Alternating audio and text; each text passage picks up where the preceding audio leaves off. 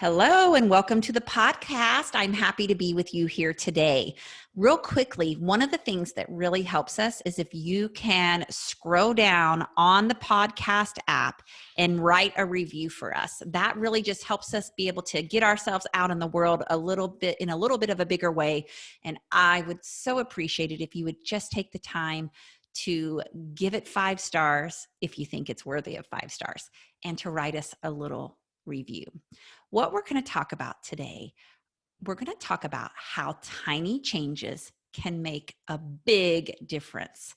You know, one of the things that I see us doing all the time as human beings, me included, is we underestimate the value of little itty bitty, tiny, small improvements that happen on a daily basis. We kind of have it in our mind, or we convince ourselves that in order to get massive results in our life, because we all want massive results, right? We want to make a lot of money or save a lot of money or get a way better job or lose lots of weight or start exercising and meditating and doing our gratitude journal and writing our affirmations. And we all want these massive results. And what I know from the women who are in my 90-day program is they do end up getting massive results, but it's because we teach them teeny tiny habits that end up having a really big gain in their life, because it starts like a snowball effect. It starts a ripple effect. But we kind of convince ourselves that if we want to have massive success in our life, and whatever that looks like, massive success in your relationship, massive success in your dream business, massive success in changing your body, that we have to take massive action. And I'm super guilty of this too.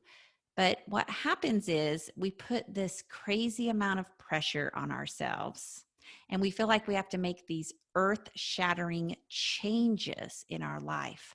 But the truth is, research doesn't support that. In fact, the research I'm going to share with you might actually blow your mind. All you have to do is improve by 1%. Now, I get it. You're like, Kim, there's no way. I don't believe you. I don't believe that 1% is all I have to do, that I just have to improve my life by 1%. But yes, that's exactly what I'm telling you. And that's what I want to talk to you about today, because we've all got these stories in our head and it says, oh, I need to take massive, courageous action in order to get massive results. And that's where we're misinformed, because it's really about small, teeny, tiny changes, 1% changes. And those teeny, tiny changes are actually what gets you to that big, bold, brave life that you're after. But here's the problem. 1% isn't really noticeable.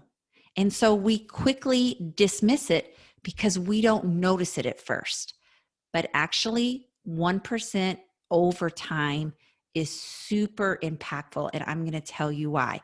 It's super meaningful in the long run, and it happens quickly, and it's pretty incredible if we can make improvements by 1% every single day. So here's what I know when it comes to this. Here's the math. Now listen carefully, if you make a 1% change, you get better by 1% every single day for an entire year, you'll end up 37 times better by the time you're done. 37 times better if you can make teeny tiny changes of 1% every single day. But guess what? Some of us go in the opposite direction. Some of us get 1% worse every day. And if you get 1% worse every day for a year, well, then you're going to decline nearly down to 0, right? You're not making any progress. And so what happens is this little 1% teeny tiny change in your life. And I get it. It starts out as a really small win, and you're not paying attention to it at first, or maybe you're going in the opposite direction. It might be like a minor setback, but then all of a sudden, 9 weeks later, that minor little setback has changed into 9 weeks of you not saving money, 9 weeks of you not getting the exercise program implemented that you want to. And you miss one day, and the next thing you know, you've missed 100 days. Now, we all fall off the bandwagon. We all take steps forward and maybe a half step back. But sometimes when people say, Kim, why are you so crazy about your running? Why do you have to run 35 miles a week? Why can't it be 34? Why can't you miss one run and it be 30?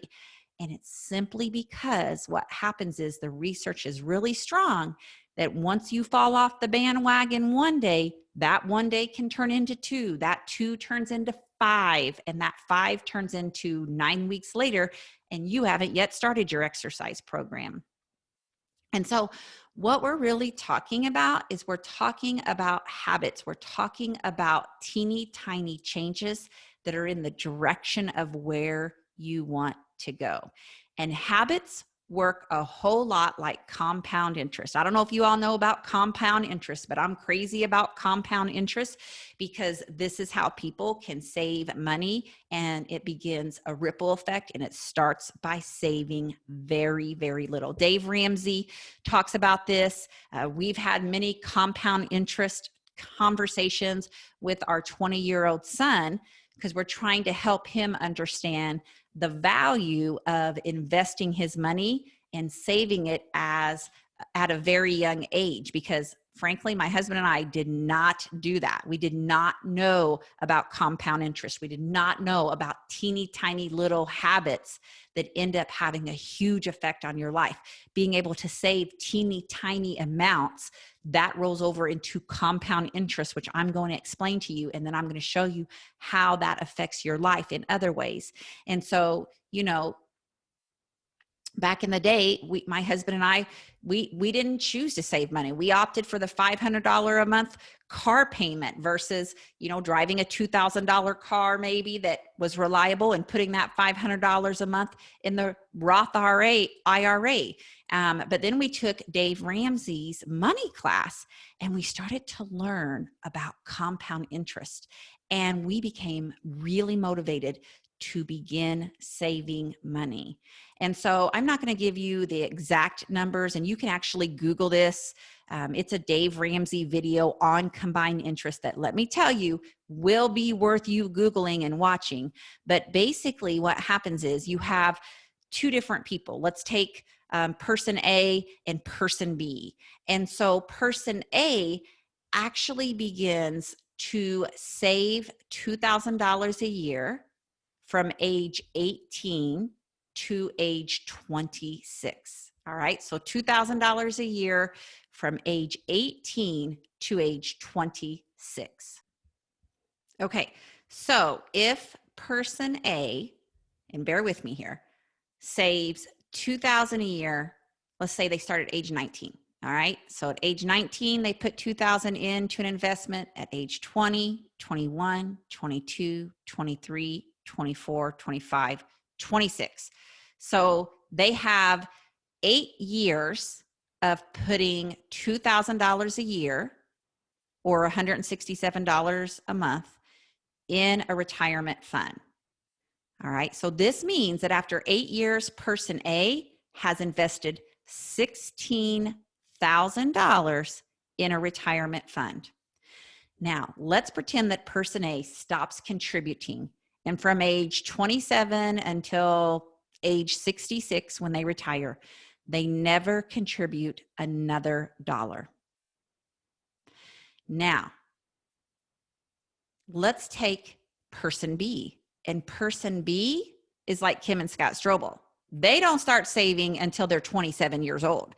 They don't contribute anything from age 19 to age 27. And then finally at age 27, they start contributing $2,000 every single year from age 27 all the way to age 66. All right. So however many let's say that's 40 years, right? 27, so that'd be 37, 47, 57, 67. Let's just say it's 40 years. So 40 years of 2000. So let's say they've invested about $80,000. All right.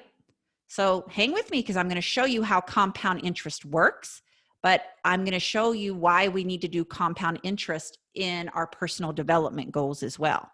So I know I might be being monotonous, but you're listening to me and I really want you to understand this.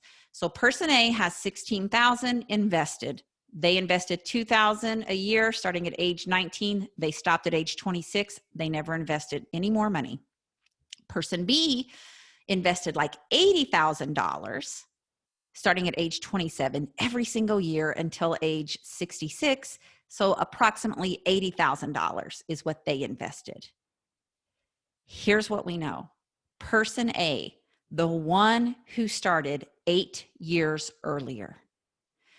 On average, we know that when that person retires and they've invested only $16,000, it will be worth $2.2 million.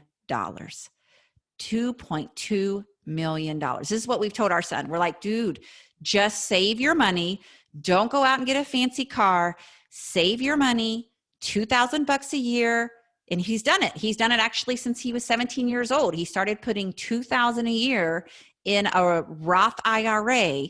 And we're like, dude, if you can just do this for 8 years, and the bottom line is he's probably going to keep contributing to his retirement. But if he just does it for 8 years, he will earn and make about 2.2 million. Now, what's interesting is the person B who put in like 80,000, who started 6 years later, I think it was, or 8 years later. Here is what his is worth, 1.5 million. Now, still good, right? I mean, 1.5 million is still good, but look at the difference. That is like an $800,000 difference.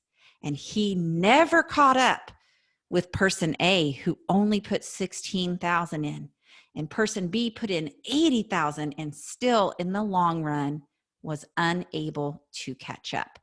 Folks, this is what combined interest does. Teeny tiny, small little things that you're not even noticing at first, right? So what? You've got 2,000 after year one. You're not even noticing, but that builds and builds and keeps rolling over as combined interest until eventually, after, it's been in there for 30 or so years or 40 years, that 16,000 is worth 2.2 million. And it really doesn't make sense, does it? But this is how combined interest works, because whenever person A put his money in 8 years earlier, he got the value of even more combined interest, which means he got way more money in the bank than person B. And that's how combined interest works. And I want you to apply combined interest to your life, not just to your money, but to your life, because little itty bitty tiny changes end up having a massive ripple effect in your life. And that's what we do as human beings. We dismiss these tiny little changes. We go to the gym 3 weeks in a row and we're like, well, my body hasn't even changed. This obviously isn't working. I'm still not in shape. I still haven't lost the weight. And so you quit, right? Or you save your money for an entire year. And then the next year or 5 years later, you're like, well, I'm still not, we're not gaining massive amounts of money. This isn't really working. I'm still not a millionaire. I'm not going to keep doing this. It's not working. It's too much time. It's taking too much time. Or you eat healthy for 2 weeks in a row and you're like, damn it, I haven't even lost a pound. And then you throw the towel in because you don't see that the 1% matters, because it's hardly noticeable. But you need to understand that even if it's not noticeable, it is still having and will eventually have a big effect, because it's working like compound interest. All right. It's a small, teeny tiny habit that looks like it's having a slow transformation. But what we know is that when things take time, it makes it super easy for us to give up or to let the bad habits slide back in. You eat healthy for 2 weeks, the scale doesn't move, and you're like, screw it. That's not working, right? Or you work really late one night and you ignore your family, and you know that your job is getting away and it's stealing family time, and you hope they forgive you. And then all of a sudden it's 2 weeks later and you're still working late and you're still not spending time with your family. And now your family starts to resent you. And so it's these single decisions that are really easy to dismiss, that we talk ourselves out of, that makes us not be able to really implement the kind of change that we're wanting to see in our life. And so when we're thinking about this, right, we're thinking about, how does this look in my life? What are teeny tiny, small little 1-degree habits that I can implement and I can stay in them for the long run? I can let them build compound interest so that eventually it ends up having a massive result in my life. Now, I'm going to stop here because I've given you a lot to think about in your own life. And again, I would love for you to pop in the She Finds Joy Facebook group. If you've listened to this, let us know that you're going to make a commitment to a 1-degree change, right, in your life, 1% or 1 degree. And I'm actually going to follow this up with a part 2 episode, because it's not just the habits that we struggle with, it's the systems. And we're going to talk about that in the next episode.